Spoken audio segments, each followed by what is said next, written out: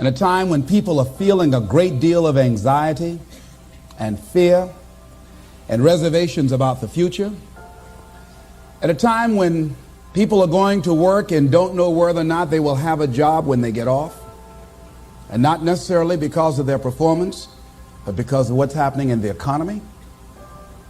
At a time when there are challenges, more so than ever before, in personal relationships. We look at what's happening on the crime level and what's happening with our youth.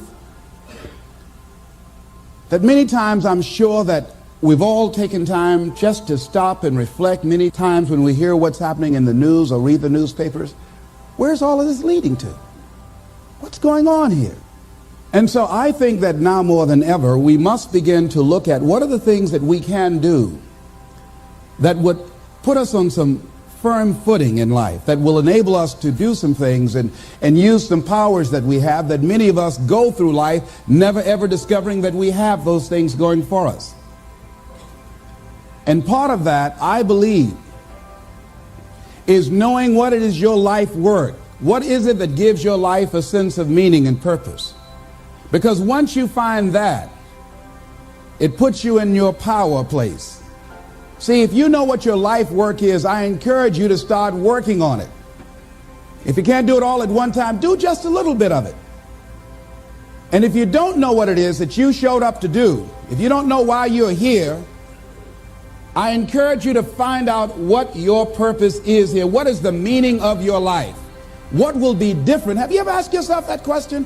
I've done that. I remember coming from a friend of mine's funeral, and I was reflecting on how much time I had left. And I went for a walk in a park thinking about this guy whose life was so promising. And I mean, he wasn't an old guy. He was quite young, in fact. And I thought about all of the things that he said he was going to do, and he never got a chance to do those things. And I started thinking about my own life and how much time I had left to do the things that I would like to do. And at that time, I wasn't sure what my life purpose was, what my life's work was. I wasn't sure about it at that time. And I thought about it quite a lot. I had some idea, but I wasn't convinced, and I don't think I felt worthy. I didn't believe that it could be me to do this kind of work that I'm doing right now. And I say to you that if you begin to take a conscious effort to find out what it is that you're supposed to do, I say that it can literally save your life. I said that it can literally save your life. I was telling a group of people of a study that was conducted. Dr. Larry Darcy, who wrote a book called Recovering the Soul, he said human beings are the only living species that has achieved the dubious distinction of dying or having a stroke or a heart attack on a certain day. If you ask most people, what would you say the primary cause of why people will have a heart attack or stroke? Many people will say, well, because they smoke cigarettes, or because of high cholesterol, or because of stress, or because of obesity, and all of those things are contributing factors. But ladies and gentlemen, more heart attacks take place in this country on Monday morning between 8 and 9 a.m. That's when the majority of people who have their first heart attacks have them. 85% of the American public, according to recent studies, are going to jobs that they hate, working on jobs that do not challenge them. They get sick thinking about going. Migraine headaches after the Sunday afternoon football game or 60 Minutes, the anxiety began to build. And come Monday morning, they drop dead of a broken heart. Some of you ought to think about not going to work on Monday.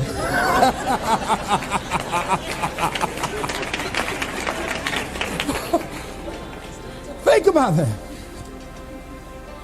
People are literally dying to go to work.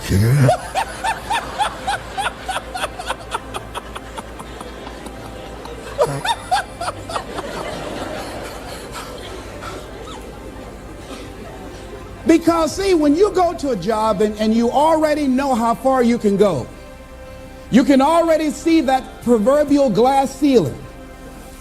It's like going to a movie when you've gone in the middle of the movie and you've seen the end and you sit there to start all over again, but something is missing.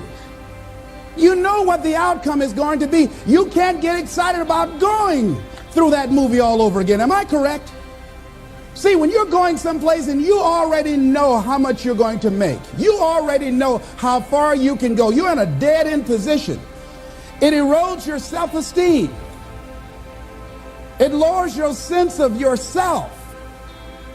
It creates an inner turmoil. It creates an emptiness in you. So I say that your life is worth finding what it is that you're supposed to do. And I'm not saying quit your job. I'm saying find it and do just a little bit of it. When I wanted to become involved in speaking, I started just learning quotes, listening to other people's tapes, going to seminars, going to workshops, asking other people to help me. Just start working at it just a little bit, but do find out what your work is and hold on to it and don't let your dream go. Don't let it go. See, and here's something else I want you to begin to look at. Why is it that most people don't pursue their dreams or don't do better than what they're doing if they're capable of doing it? I think that many of us don't go the next step because we don't know what to do yet. And I say that the reason that we don't even explore the possibility of what to do is because subconsciously we don't believe that it can happen for us and we don't believe that we deserve it. So here's what I'm suggesting. How much time do you spend working on you? How much time do you spend every day working on your dream? In the last 90 days, how many books have you read?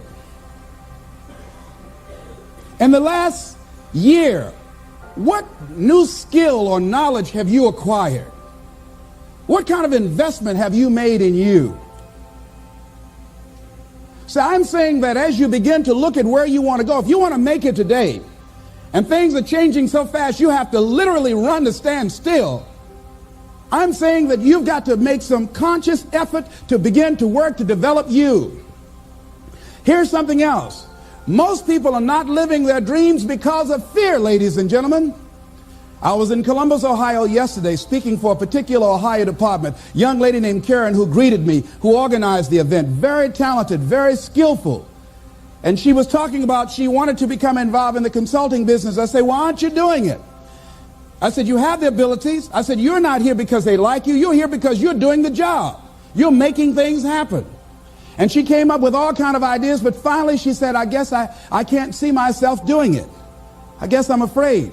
Fear, limited vision, and lack of self-esteem is what keep most people doing things they don't want to do. I flew from Columbus, Ohio to Denver, Colorado to a major communications company. And the person that picked me up at the airport told me about the fact that the company was planning on having a major downsizing. And they offered some of the employees there an early retirement, and some of them will earn as much as $300,000. And they said, this is the last time that you can take this offer. If you don't do it when we have the downsizing, you might be among those who will lose their jobs, and all you will get is your severance pay. And only 50% of the people who were eligible to take the $300,000 took it. The others were afraid to take a chance on themselves. The others couldn't see themselves beyond that company. They couldn't see life after that company. The same reason that people stay in relationships where they're abused or they're unhappy or it's unfulfilled. It came out of you as a result of the kind of person that you have become. It's a result of your choices. It's a result of your consciousness. Now you have to ask yourself, are you satisfied with what you have produced? Is this what you want? Would you like for things to be better than this? Do you believe that you deserve better than this? Or are you content? This is it. You don't have to do anything else. That you've already resigned yourself in life and say, well, I'm happy. I'm not starving like the people in Calcutta. Are you allowing yourself to get off the hook like that? Or do you believe somewhere in the back of your mind or in your heart that there's some other great work for you to do? There's something else that life has for you. And that's why you're here. How do we handle this fear factor? How do we increase our self-esteem? You have to begin to fortify yourself. How do we do that? I believe that you have to begin to consciously monitor your inner conversation and start talking to yourself. Start building yourself up. Sometimes the only good things you will hear about you are the things that you say to you.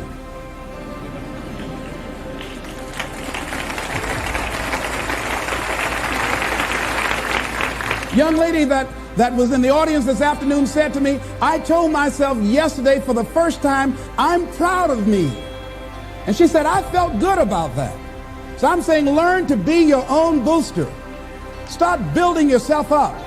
Start encouraging yourself. Start saying, I can do this. I can make this happen. When I started thinking about becoming a speaker, I said, yes, I can do this. I can make this happen. When I start trying to convince myself I can be a businessman after flopping and failing and losing thousands of dollars and feeling stupid and dumb and having people take advantage of me because of what I didn't know. I had to talk to myself because people were saying to me that I was dumb. And somewhere in the back of my mind, I was saying, you're right. Look at what I've done. I had to say, no, Les. Hey, come on, man. Get yourself together. You can handle this. You just haven't figured it out yet. It's all right. This is your training period. This is the tuition you have to pay for what you don't know. You can do this. Other people have done it. It doesn't take an Einstein. Get you some people that can teach you some stuff that you don't know. Get you some people that have done it successfully and learn from them. Take some seminars, workshops, read some books on how to manage a business. Change the way you see yourself and begin to tend to the personal details. Understand that nobody's going to take care of your business better than you. And when I start changing that kind of mindset of beating myself up because of my mistakes and start looking at the possibility of my doing better, of my making the adjustment that would enable me to do what I want to do successfully, things begin to change. And I'm saying, stop beating up on yourself. You do it. I know you do it. I've done it. It's a natural inclination for us to put ourselves down. See, we are born negative, I think, in a negative consciousness because we live in a negative world. See, you don't have to teach children to lie. They'll lie automatically. Did you wet in your pants? No, I did not. Well, what is that? I don't know. You don't have to encourage kids to misbehave. They will do it by themselves. You don't have to encourage them to do the wrong thing. They will do it automatically. You have to correct their behavior. So I'm saying that we have to work through the challenges of life in learning how to begin to work to fortify ourselves. Repeat after me, please. I can live my dream. I can find my purpose in life. And live my purpose. I deserve more from myself. I deserve more from life. Shake somebody's hand on your right and left and say, you deserve more from life too.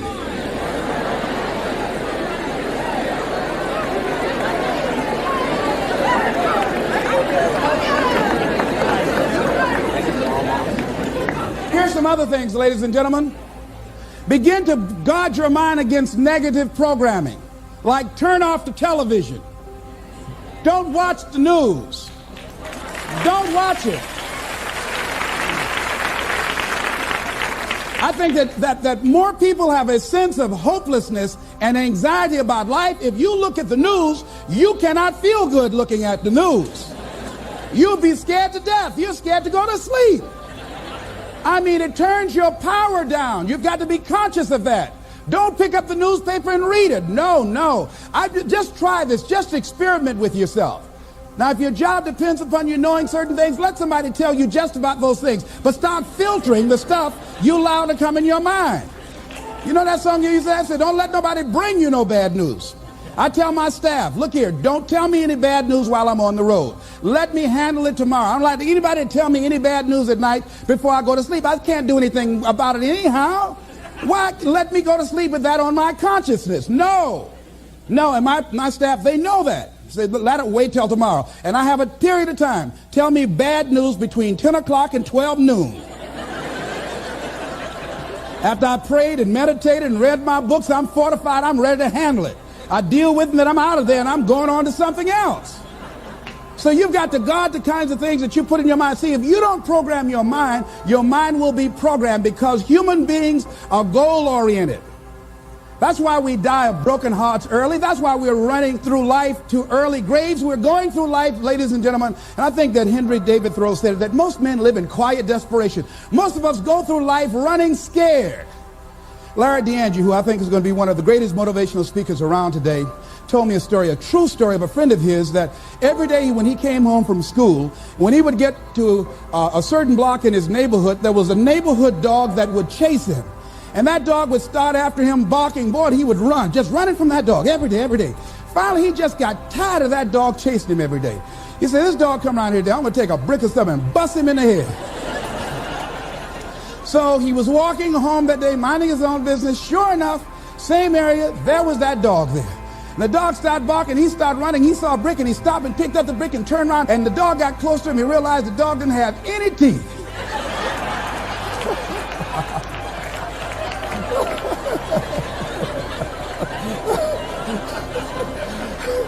He said he put the brick down and said, get on out my way.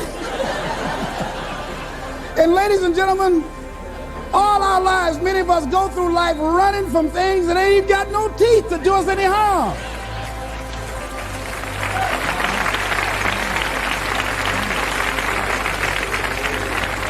Haven't you been afraid to do something, and then after you did it, you say, whoa, if I'd known it was this easy, I would have done it before. Haven't you ever had that experience? Raise your hand.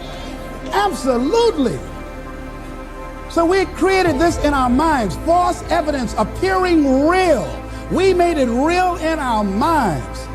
That's why Churchill said there's nothing to fear but fear itself. That's the destructive monster. So turn off things that can contribute to your fear.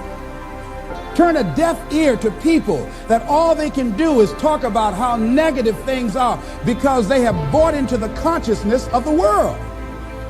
Start attending workshops, seminars, listening to tapes on a daily basis to begin to recondition your mind, to retrain your thinking. Faith comes by what? Hearing and hearing and hearing. Listen to things that can empower you, that can enable you to create a new reality for yourself, and a new life for yourself. You might appear to be strange around most people. You know, most people think you're strange if you're happy today.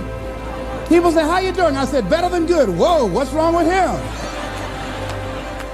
Just go around smiling and watch people. Look at this. Is this a weird guy over here? Because most people don't smile. Watch them. Look at their faces in the morning. Here we go, another Monday morning. How you doing? Haven't had my coffee yet. Don't ask me. See, these people have not found their purpose in life. That's why they're grumpy. That's why they're miserable. That's why they're so negative. They're hurting, and they want to hurt other people. So start practicing using programs for your mind. Seminars, books, workshops. Keep a journal. Record your thoughts, what's happening with you. Every day when you get up, have a journal near you. I use a Jack Boland journal so that I can write down my ideas. I keep it by my bed so I can write down my thoughts. See, ladies and gentlemen, we get 3 to 4 thoughts a year that if we would act on those thoughts, they could change our life. Don't say, well, I'll remember that. No, write that thought down. I got a thought today I wrote down. A friend of mine is in the hospital. His morale is low. They're talking about amputating his foot. He's got to feel very bad. So I said, you know, not only am I going to see him, but I can't be there with him all the time. I said, I'm going to create a tape for him that he can listen to that will heighten his level of morale. We told him the other night, don't go to surgery. You are depressed. Your energy level is down. No, tell him not now. Don't do it now. In fact, most doctors who have any sense of awareness don't perform surgery on patients that are in a state of fear, that don't think they will make it. They wait till they're in a different state of mind. So I said, what about making tapes for people that are facing physical challenges? I said, that's a good idea. All right?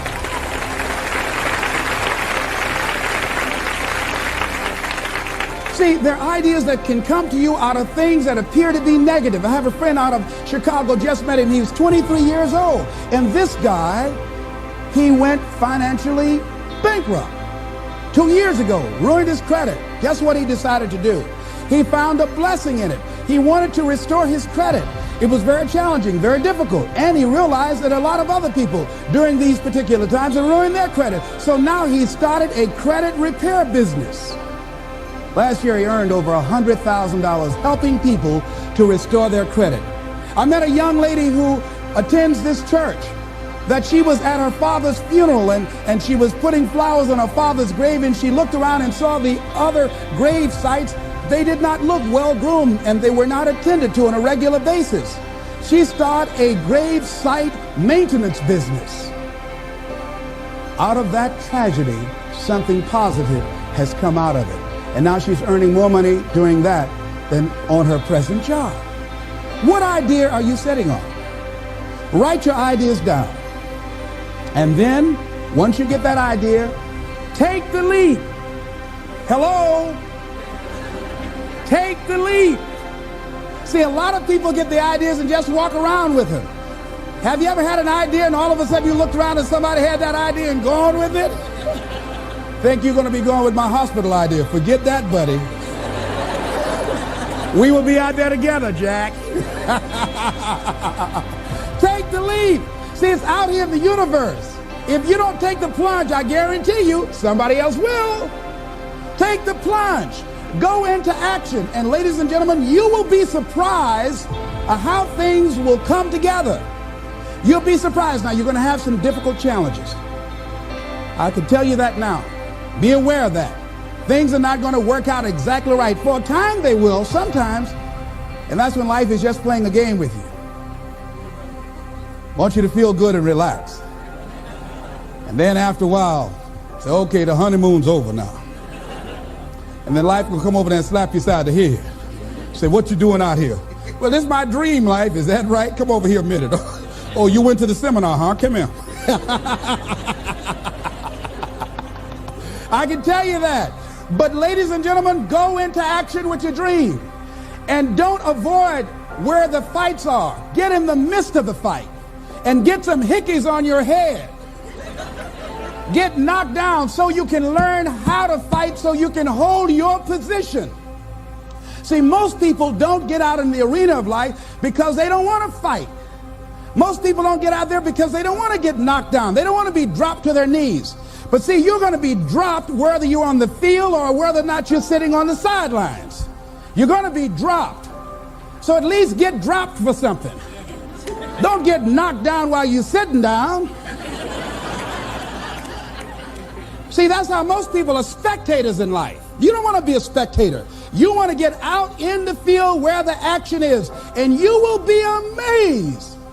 After the struggle, there will be a calm period, and things will begin to click for you. Come out here with what you got. You don't have enough money? Don't worry about it. You got the dream. You got the idea. You don't have enough resources? Don't worry about it. You need some help? Don't worry about it. You get out here in the arena, someone will look at you and become inspired and say, hey, can I help you? But if you're sitting up on the bleachers, nobody's going to ask you anything.